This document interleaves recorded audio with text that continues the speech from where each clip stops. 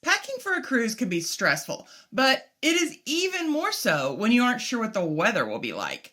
When packing for our cruise to Norway, we were leaving in the summer and headed to cooler temps that were unpredictable. I posted a video on everything I packed, but where did I go wrong? Ahoy, travelers! It's Amy here to help you make your travel experience a success. Well, if you haven't seen my packing video, I will leave it in the description below. You may want to stop and watch it before continuing so that you can have an idea of everything I packed before I discuss what I would do differently. When we were planning and packing for our Norway cruise, we had more to take into consideration than just what the weather would be like in Norway, as we were also going to be staying in Germany for several days. We knew we were going to need layers, but as we checked temperatures prior to packing, the temps for Norway were mostly in the 40s and 50s, with it being a little warmer in Germany. But that isn't what it was like when we got there. At the last minute, I had decided to pack one outfit to put in my backpack and take on the plane with me, just in case my luggage was lost or delayed. To keep from taking up a lot of room in my backpack, I packed a t-shirt and shorts. Boy, was I glad I did, because we had massively underestimated how warm it was going to be, especially in Germany. Now, while there, Germany experienced unseasonably warm temperatures for early September, with highs in the mid-80s and lows only getting down to the upper 60s. Now, while that may not seem like a huge deal, since I did have t-shirts and lightweight pants to wear, I definitely wish I had taken a pair of jean shorts or something similar. The other thing I really wish I had taken was my larger travel fan. Since I get hot when I sleep, I had taken a very small fan so I could have air blowing on me just on my face to help me keep cool. Two problems. One, since I didn't take my usual cord case I had tried to pare down, I had forgotten to take a universal charging cord, so I had no way to charge the fan. The second problem was that two of our German hotels didn't even have air conditioning, and one of those didn't have a fan in the room. It was so hot in that room that we had to keep the window open all night long, even though it meant that all the street noise was coming in throughout the night. And even then, it was too hot to sleep for most of the night. One window does not create a cross breeze, so it wasn't really pulling the air in very well. And it wasn't like we were going to leave a hotel door open to suck in air. Now, I knew that a lot of German homes didn't have AC, but it really never occurred to me that hotels wouldn't have any. That's something that I'm definitely going to be double checking if I book any European hotels in the future. The one hotel that did have air conditioning wasn't much better, as the AC wasn't putting out cool air in our room, and they had to bring us a fan to compensate, but at least they had a fan. There were a couple of items I forgot to pack. One was the universal charging cord that I needed for the fan. The other was body wash. I think I had taken it out of my travel bag because I'm used to being on cruise ships where there's body washes provided. Now, I had forgotten that I had taken this out and that I would probably need it for hotel stays, as I don't like using bar soap, but I did get by. So I wish I'd packed more shorts and a larger fan, but what did I pack that I didn't need at all? Before we get into that, if you enjoy this video and maybe even learn something, consider subscribing with the notification bell on so you don't miss out on any future posts. There were a few items that I packed that I didn't need. I didn't end up using the laundry detergent, as we never really had the opportunity to do a load of laundry.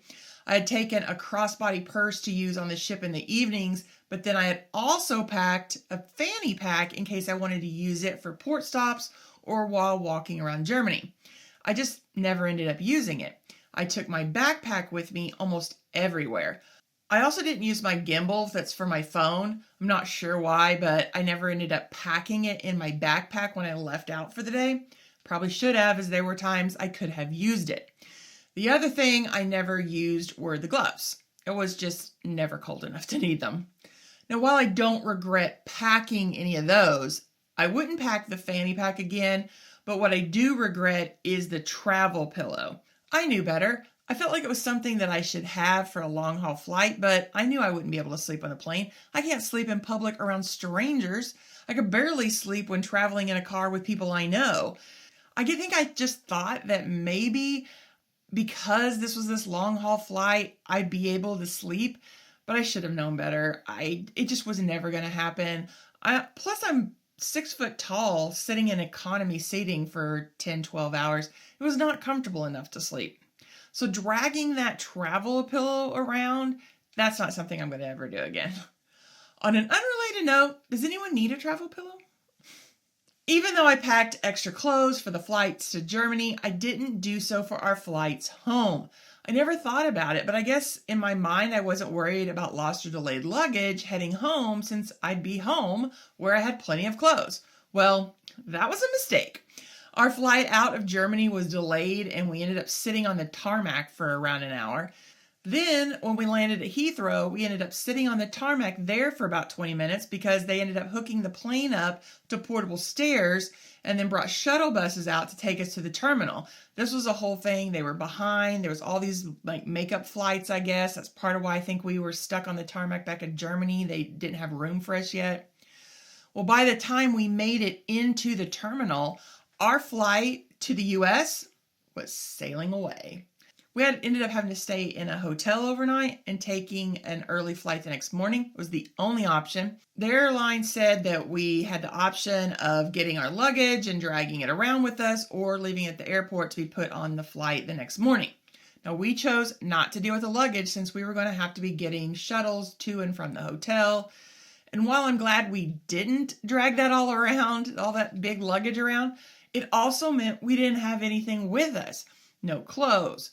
No toiletries. We didn't have anything to sleep in. But the clothes, all we had was the clothes we had on and our backpacks. Luckily, we were given the last 2 emergency packs that had like toiletries, toothbrush, deodorant, stuff like that. Thankfully, the hotel had a shop in it that had some souvenir t-shirts, so we could at least buy something to wear and have a fresh t-shirt for the next day. So did get a souvenir London t-shirt. Both Mom and I purchased new hard-sided luggage prior to our trip. Was it worth it? Definitely. Neither of us had a large piece of luggage. We just had the medium soft side luggage. Having that larger piece of luggage meant we only needed that one piece. If we had stuck with the luggage we originally had, I don't think we would have been able to get by without also having to take a carry-on in addition to that bag. Now, I am so glad I didn't need to mess with a carry-on, as several flights required those of us in economy to check our carry-on luggage. There just wasn't room in the overhead bins. Shocker. I'm also hoping that having this larger size luggage is going to mean that I only need to take it for future cruises as well. Usually I have to take I would take that old medium size luggage and then a weekender bag. So what mistakes have you made when packing for a cruise? Have you taken things you don't need? Is there something you forgot that you really should have brought with you? Let me know in the comments below. Well, are you ready for more information on cruising? Why not stick around and check out this video and then come back for more information designed to help you have an amazing cruise. Have a blessed week, everyone.